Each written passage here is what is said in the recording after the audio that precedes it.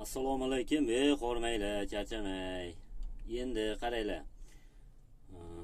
Har bir videomda aytaman deymanda esdan chiqib qolaveradi. Hozir esga tushib qolganda aytib o'tib ketaylik. Shunda qaranglar, mana bu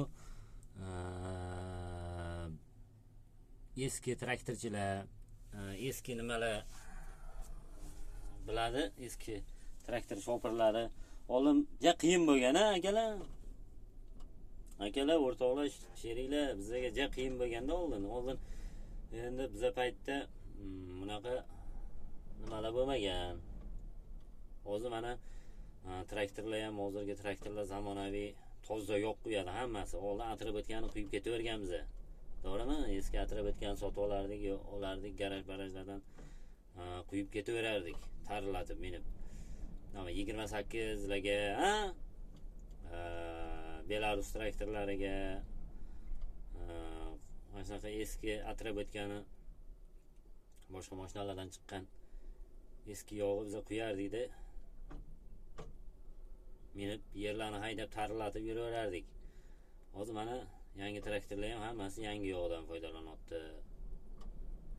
Shu qatorda mana pogruchik, ekskavator, buldozer, hammasi shu buldozerlar ham shunaqa bo'lganda. O'sha men xo'p, yo Alloh alam 42-yillarmidi, 41-yillarmidi buldozer haydagan paytimda buldozerchilik qilganman. O'sha paytda yog' nimasi, motor yo'q qo'yib olaverardi, yog' oqizardi. Atrobotgani 20 talik kanistrda olib, u paytda temir kanistrlar bo'lardi. Hozirgi pokoleniya eslay olmaydimi?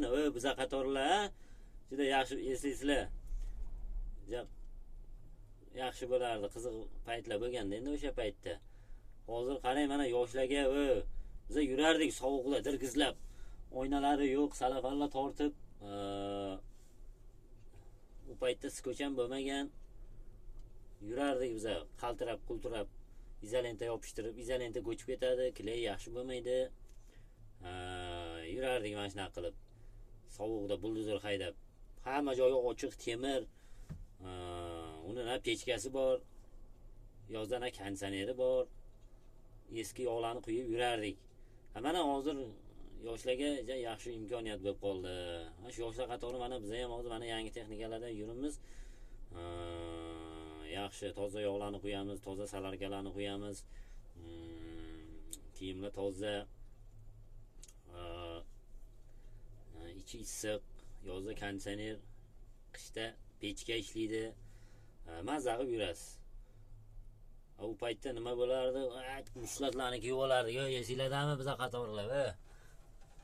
Bushlatlarni kiyib olib, juda bir nima bo'lgan. Hamma joyi ilma teshik, buldozer, traktorlar ochiq, rezinkalari yaxshi emas, osilib ketgan. Shunaqa bo'lib yurardik. O'sha paytlar ham o'tdi ketdi mana.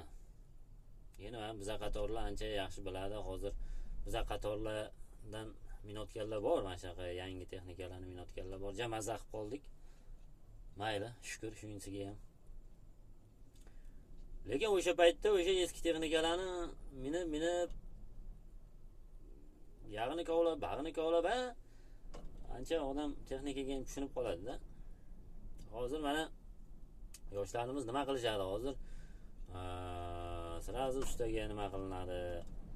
To'g'ri, ustalarning ham tirikchiligi, misol uchun arzimagan narsasini aqli yetib o'zi qilsa bo'ladi, misol uchun. Endi bo'lmasa to'g'ri, hozir anaqa bo'lmagan.